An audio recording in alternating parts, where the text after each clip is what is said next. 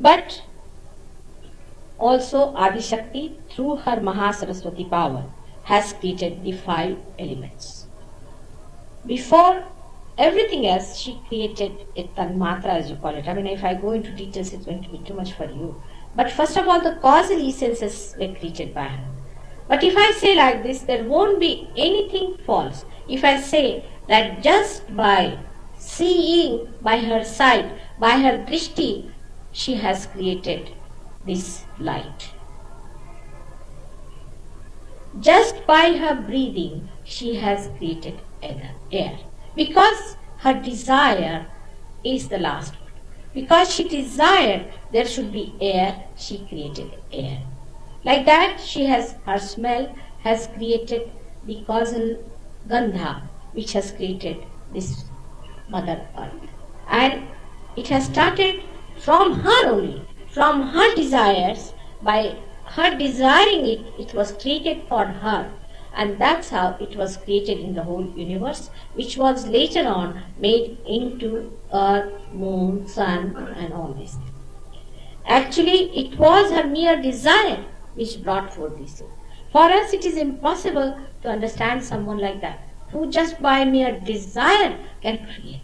But when we think of somebody who is above all the powers of the world, the one who is the highest of all, she can do anything she feels like.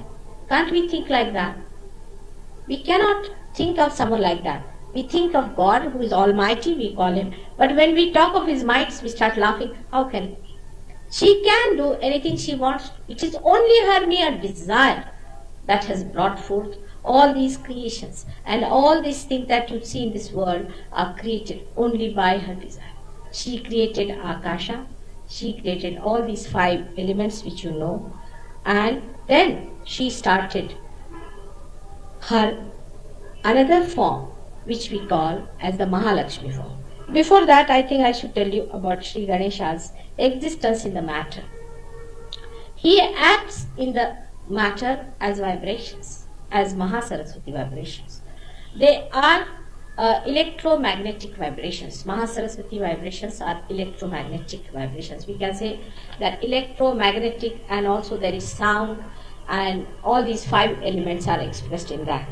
You can record them, because if you take a sulfur dioxide, for example, a sulfur dioxide,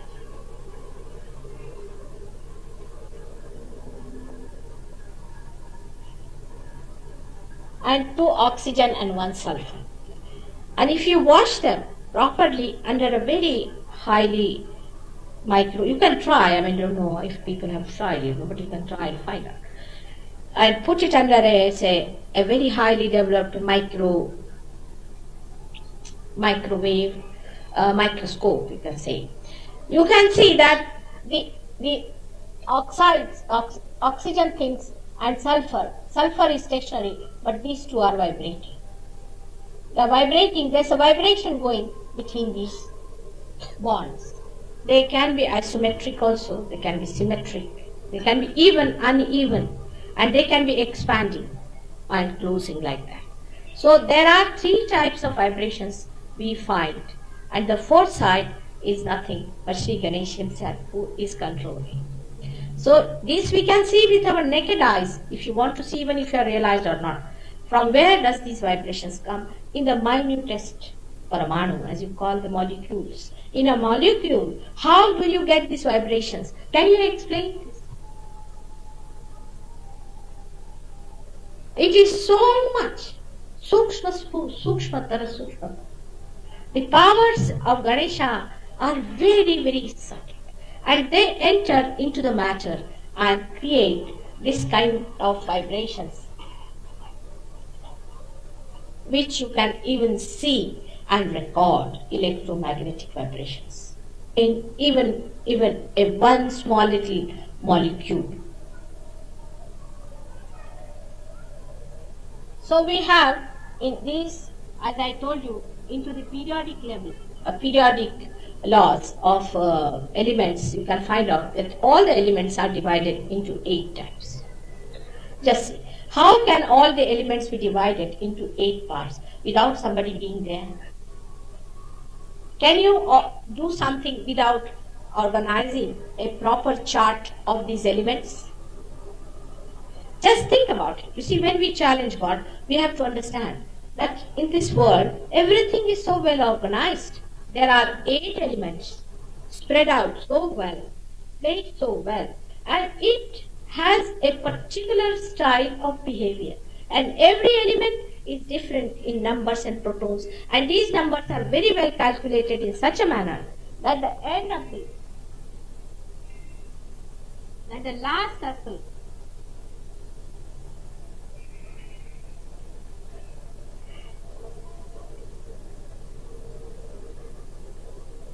last circle, of all the protons should be 8. If it is not 8, if it is less than 8, then it creates a valency problem. It is so well organized that even you study this, if there is anybody who knows a little bit of chemistry, you know. So if you know chemistry, it's such a wonderful thing. We take it for granted. We think it is our right to have the matter so well organized for us. But the valencies are all depending on such a nice organization of these 8 protons at the outer thing. This is all done through the Mahasaraswati power. But the vibrating force, now see, there is a vibrating force. This is all done through the, as I told you, through the Mahasaraswati power she creates. Now the vibrating force keeps it existing. Matter also exists. It must exist. If it does not exist, nothing can exist. So the existence force is given through the Mahalakshmi force, Mahakali force, which is acting through Shri Ganesh, who is sitting at the nucleus. He is sitting at the nucleus of every, can you imagine how much it must be? Every molecule and every atom. You cannot understand the finiteness of it. Now see, say take one element like gold. How many molecules it has? Can you calculate? Beyond us. How many, yes, you can say atoms it has. You just cannot calculate. And then how many Ganesha's pictures must be there? This is how is it achieved. Is another thing which I will tell you if I come in the way. Like how infinite reflections are got into, and why there are 2 things like Shiva and Adi Shakti. The reason is it has to create an infinite reflection. How do you create an infinite reflection? Do you know that? Anybody who knows physics?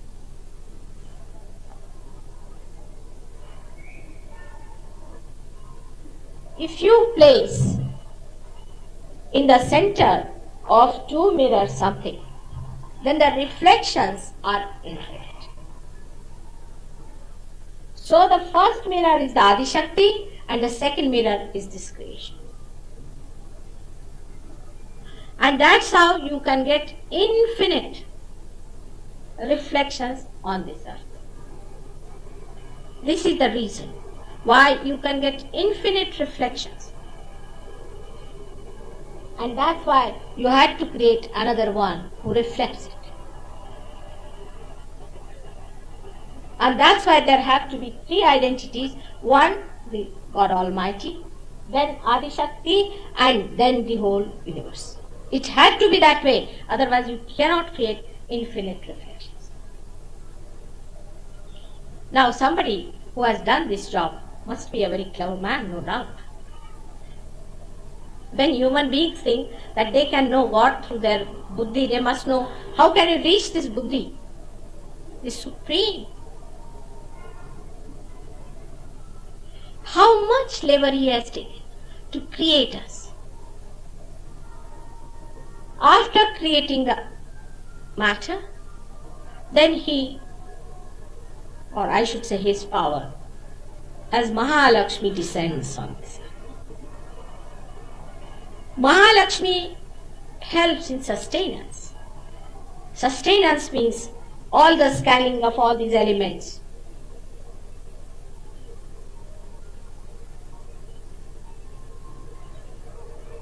when they create the matter is differently created for different purpose. Now, what is the ultimate? The creation has its ultimate aim is to create human beings, this creation. Just imagine. You people are so great that for you all these troubles have been taken. Such an important thing is a human being that all these troubles are taking, all matter, all everything is used just to create you. This is the ultimate aim. Sort of a stage has to be laid down and you come, the Sahajogis come on the scene, you can say. Just the instrument of man is to be created. Now why God wanted to create an instrument of man? Because He wanted to create an instrument which could feel Him, which could understand Him, which could emit Him, like Krishna creating his Murli. He just wanted to play through our instruments His power. But He didn't want to do it through the dead instruments like these, but through the living instruments. Supposing if this can understand, can love, has a human mind, and if my voice is passing through it like a hollow personality, then we can say that this is a realized personality. But this is not a living being. You are a living being. You are made specially with all these difficulties for millions of years have been worked out so carefully, so delicately, one after another. We have to now jump to the evolution part because you see it's a very long thing. Huh? So now we have to come to the most important part, which is evolution, which we should understand because we know evolution through science.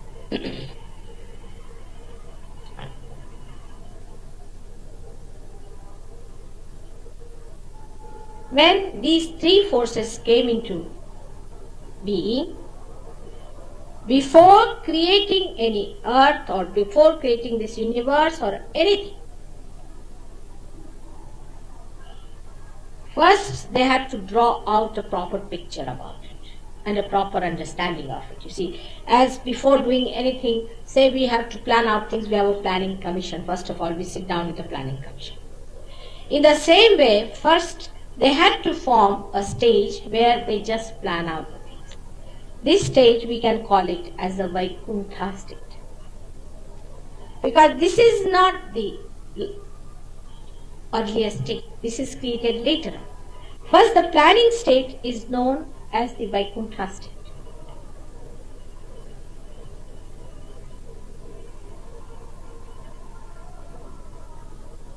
At this stage, they created all the incarnations.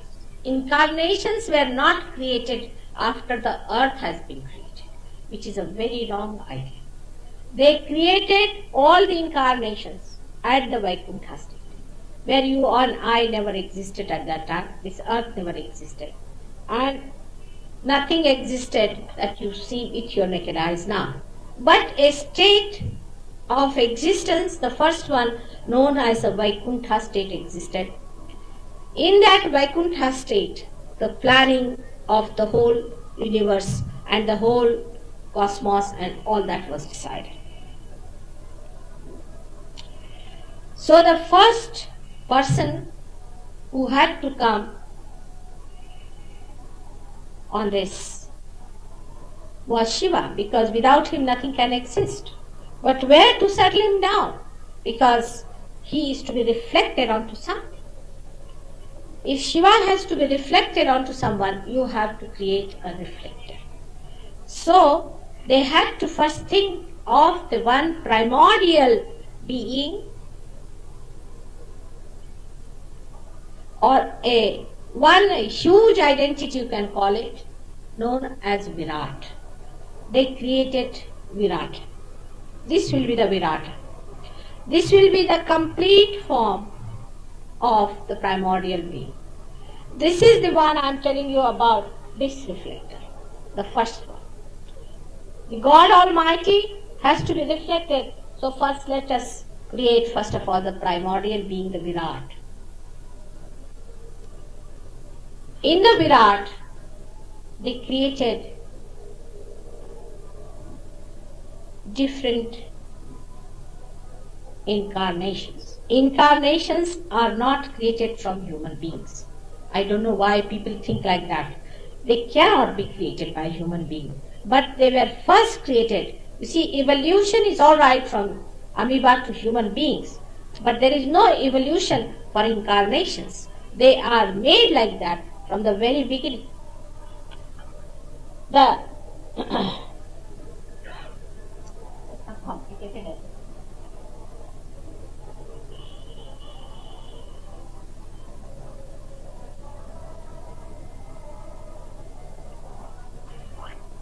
As you have seen in the Virat, I have shown you the picture of the Virat.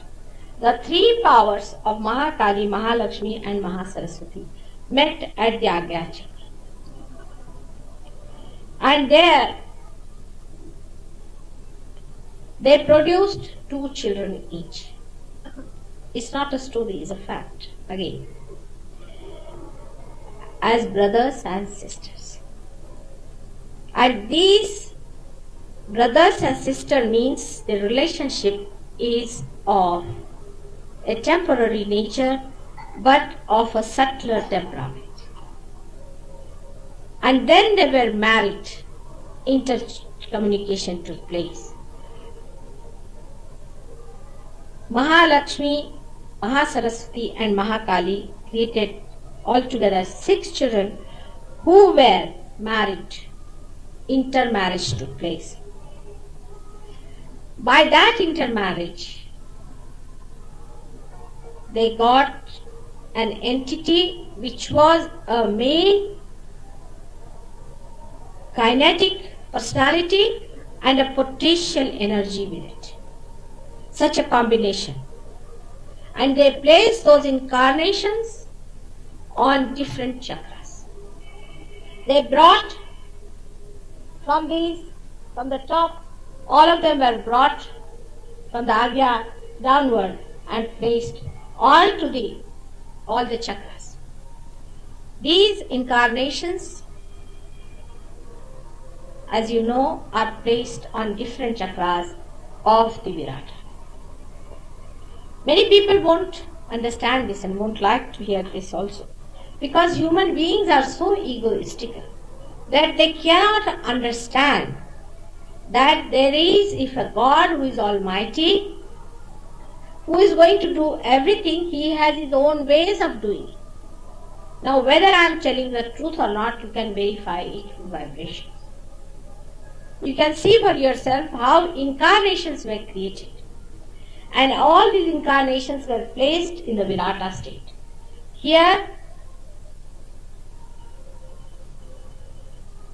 to create the reflection on the other side, Shiva was removed from the Shakti as it was removed in the beginning.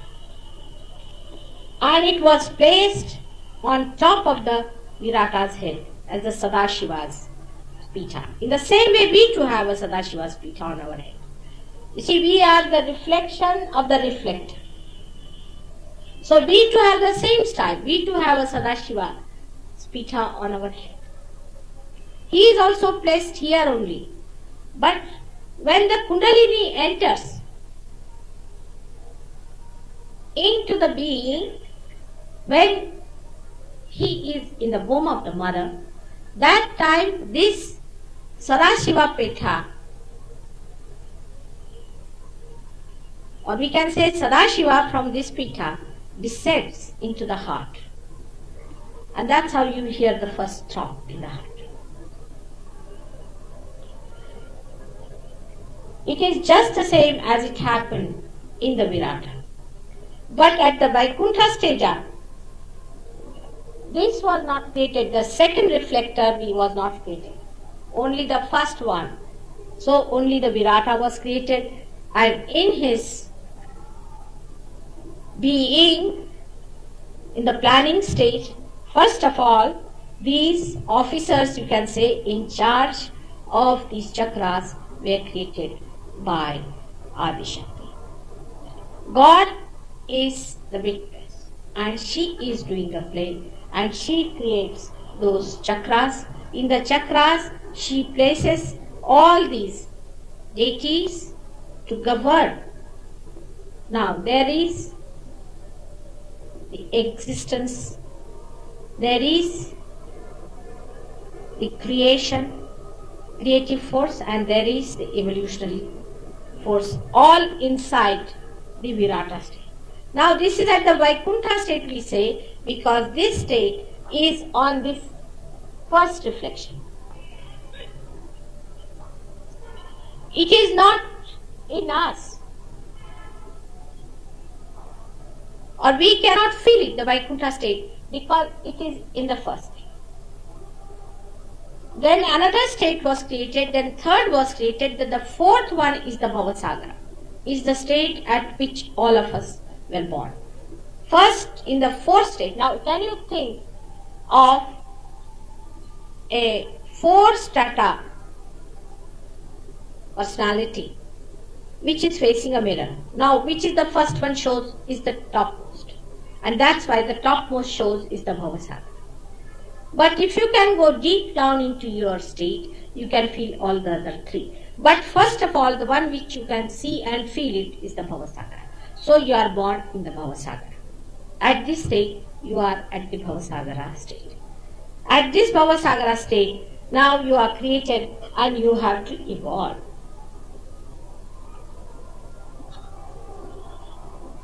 At this time, the Mahalakshmi power acts to evolve you. You already know how evolutionary things have taken place, but I will tell you how evolution has taken place according to our Puranas, and which is a fact.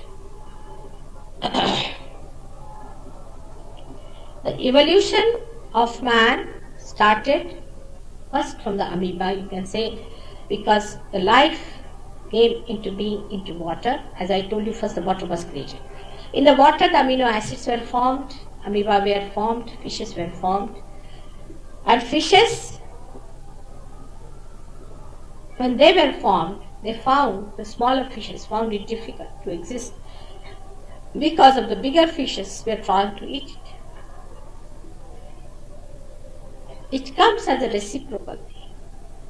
They were absolutely fed up of this destruction that was going on. At this time, Sri Vishnu himself, the one who is the evolutionary force, descended on this earth as the Matsyavatara. He helped some of the fishes to cross across the shores. By crossing across, they had that courage. She was the leader. And then others started crossing across. This was the first evolutionary stage which we know. These fishes became reptiles later on, as you know, in the evolutionary stages that they became reptiles. But how did they become reptiles? There must be someone who must have given them the lead. It was again Sri Vishnu, who came on this earth as a Kurma. And lots of things were done at this time in the Vaikuntha stage. Before he came on this earth as a Kurma Avatara, at the Vaikuntha stage, when they created this earth, they planned this whole Virata and wanted to create on this side of the reflector, the whole planning and the whole thinking and all that process brought forth some sort of a waste matter. It brought forth the waste matter. This waste matter got contaminated, or you can say got stagnated onto one side, which was neglected somehow. And through it started coming out some satanic forces. And there was a big fight between the satanic forces and the good forces. It actually happened in the third stage, not at the Vaikuntha stage, but at the third stage. Because when the planning started, the working out started, these satanic forces started working out. Now people may say, why God created satanic forces? He did not. But eventually they turned out to be. Because at the second stage, when some of the devas who were created, again they were not evolved people, they were created devas in charge of all these elements and all the working. You see, you have to create also officers or people who have to go in the field and work out. All these devas and devtas, out of their working, what happened? That they got lost, some of them, and became satanic forces. Sort of a waste product came in. And with that waste product, satanic forces started. And they acted in such a way that there was a war during the Kurmavatara between Rakshasas and the Suras, as they call it.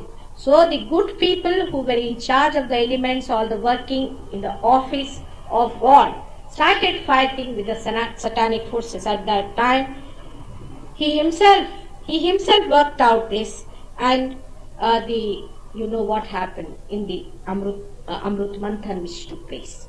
And this is, people don't understand how can Amrut Manthan take place in the Bhavasagar. It did not. It took place at a stage which is not Bhavasagar. At the Bhavasagara, it did not take place. Now we are at the Bhavasagara state. At the Bhavasagara state, the same Kurma, the same one took birth and came on this earth and gave us a understanding how to become a proper reptile. Like that we grew up. So the whole thing will take too much time. I will not go into that. But ultimately a human being was created. All this is done by Mahalakshmi power, which has acted through Vishnu, which I have told you how the evolution has taken place, how you are made. Now what is going to happen? You reach this point, up to this point, till Christ came in. Christ was also an incarnation, and his mother was nobody else but Radhaji herself, the Mahalakshmi. And they brought forth up to this stage the human beings. After this, now what man has to become is to enter into a state where he becomes nirvichar. Means there is no more the consciousness of the Bhavasagara, but you go little beyond it. From this stage, you dive into a state of universal unconscious, as they call it. Is nothing but the same power which exists here, which is a synthesis of all the three powers. Is the synthesis of all the three powers. That is the Adi Shakti's power. Adi Shakti's power is all pervading, exists everywhere, but we never feel it otherwise. Why? Because we are very grossly placed. We can say that a tube which has got, say, 4 layers, out of which it can only use the outer tube, because the inner tubes are all closed. When the innermost tube is opened out, you become absolutely self-realized. But when even the second tube is opened out, you can feel the all-pervading force of God Almighty, which is, we call it as Sarvavyapi Achetan. But it is no more Achetan for you because you are conscious of it. That is how you start your dialogue with God. What happens is that here, the reflection here, the reflector, the reflected word, from here you ascend into this part. You ascend onto this part. You do not become this, but you ascend into this area. From here you ascend into this area, and this area is filled with the all-pervading power of Adishakti. Till you reach to this stage, you have to go up to the stage of an incarnation, which of course is a big gap, but I can say that Mahavira and Buddha, both of them rose to that height. But look at their disciples. For example, Buddha's disciples. They have decried Shiva, they have decried all the gods and goddesses. I mean, as if they did not know much about it. And the way they have shown in certain statues that a goddess is standing on top of a Shiva and a Parvati and is trying to kill, she's hitting Ganesha, and this is something so nonsensical. I mean, they completely kill the image of one united force acting the whole thing in one united ideas, with one united mind. Only whenever they have not united, they became Rakshasas and formed a satanic force. As I told you, it's a very, very difficult subject, and I have tried to handle it in English, is even worse. So I've tried my level best to do it. But still, if you have any questions, anything, you can ask me sometime. You can write to me. We can find it out. Tomorrow, now this is the only thing is I wanted to tell you about is that now you have got thoughtless awareness, no doubt. Most of you have got thoughtless awareness, you have got vibrations, but you have to jump into Nirvikalpa. Nirvikalpa. And that you have to jump through deep meditation and through deep exposure. Otherwise, you see, it is no use only having this little stage of Nirvichara. You have to jump into Nirvikalpa. That is a stage, little, as I told you here, that a little ahead of this reflector you have moved. But still you are going up and down, so many of you. This is a state known as Satori in the Zen system of religion. They call it as Satori, where you see person is going up and down, is catching, doing this, that. This stage has to be overcome. Then you go to the Nirvikalpa state. At the end of the Nirvikalpa state, you just don't catch much. You are not bothered. So far, I haven't met any human being like that. You see, I have seen very great saints and realized people. And I can say that they are definitely self-realized. They are even controlling nature. Some of them do, but still they catch on their chakras. It's something surprising. But see, human beings are like that. They go on catching, and again, perhaps they jump into the third stage of self-realization completely. But they are again in a Satori state, and they come back and go back and like that, maybe. But I have seen that so far I have not met one human being whom I will say is fully self-realized, who doesn't catch. Except for me, I find everybody is catching. It's most surprising. But when you don't catch, what happens? When you don't catch. Actually, this is a state rather difficult to achieve. But if you don't catch,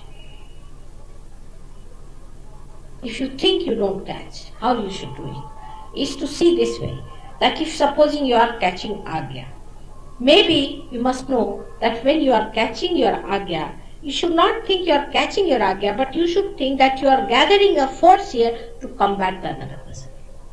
If you can do like that, supposing you are catching on a Vishuddhi chakra, instead of thinking that you are catching on Vishuddhi chakra and getting upset about it, if you start thinking that this is a force you are accumulating just to counterbalance his Vishuddhi chakra, then I think it will work out better. Well, that's why I always say that extend your hands to others and see for yourself. This has helped many people, because if they catch an Agya and if they give vibrations to somebody who is Agya caught, they find they are released. Such things are happening to very few, but it's happening. So this is what you can try. That don't think you are catching, but you should think a force has been accumulated to expel the Agya of another person who is facing. In the beginning, of course, it's a very, very slow process, but gradually you can do it. And only people who start giving others. This is a collective thinking. That supposing now you can say like that if supposing there is a malaria attack on me, then my own blood cells are trying to combat it, and they are combating it. You see, if I give in, then I become malarious. But if I do not give in, I become victorious. In the same way, if you could think this way while giving vibrations, that if you catch, it is actually a force being accumulated into you, and then you have to give it, then you are going to be much faster than all the munis put together, I can tell you. But that thinking is rather difficult for human beings, because once they catch it, they get a little worried. I'm catching, they start taking out their own. If you don't take out your own and go all out to give it to others, it will work out better. And this has been, I have experimented with one or two people, I'm saying, and it has worked. Everybody does not have that capacity. So gradually you rise, because you are just now newly born children. You are still still to grow.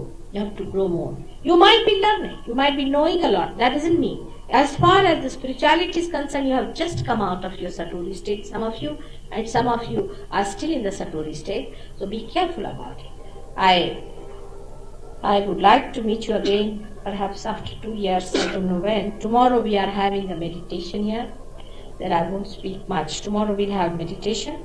But we have a meditation center here where you should go and meet. When you meet in a group, when it is a samuhik, is a group activity, I will be there. You will be surprised that my vibrations cannot be felt anywhere so much as they can be felt in a group about which I know that such a such group is working here. So we have already 3 groups which are working in Delhi, and they are made quite closer to your places. After all, we must know that we don't have to go to Himalayas as people went down. We don't have to do all these things. Only thing we have to go is a place which is very much closer to us. It has been brought to our doors. The whole thing has been brought to your doors. The knowledge, the vibrations, the realization, and everything is made so easy. It's made easy done, but it should not mean that we should take it for granted. It has been made easy through a very great tapasya on my part, I should say. In many ages I have been living now for thousands of years, and I have been working it out on so many human beings and so many things, and at long last I have been able to find out most of the permutations and combinations of most of the human beings, and that's how it has been worked out in such a large mass scale. It would not have been possible if I had not worked it out that way. And that's how, if it has worked out, it has to click with most of the people, except for one type, is very, very difficult, I must say, those who are bound to people who are Rakshasas. If they are born Rakshasas and if your head has touched their feet, it's a very difficult thing. So I would warn you that before you touch feet of anybody, you be careful about it. May God bless you all. It's already very late for all of you, and every such a difficult subject to brought into such a short time is very difficult. But if I hope to write some book on Sahaja Yoga. I hope I am saying, because so far I have never written any book. Trying to write some book, but before that some other people are writing. I hope I may be able to write something. In any case, we try to not to bother too much about these things. This is not so important as your own realization and your own ascent. The whole knowledge will be dawned upon you. You don't have to bother. Every word now you read, you will have a meaning about it, you will understand. The first thing is that you must get your realization. Second thing is you must ascend. You must ascend much more and give more time to this. Do not take it for granted. It is a very important thing which you should do. After all, there are other things, they are important, but this is the most important thing which has to be done. By God's grace, if it works out, I'll be very happy. As it is, I'm extremely happy, because in none of my lives I've been able to give realizations to so many people. So as it is, I'm over-satisfied with myself. But as far as you are concerned, you should not be satisfied. You should ask for more and more and more, and it will be granted. Because you are the people who are on the stage. You are created for this purpose. One has to do it. God has to do it. If he does not do it, he cannot fulfill his own desires, and his creation he is not going to destroy. May God bless you.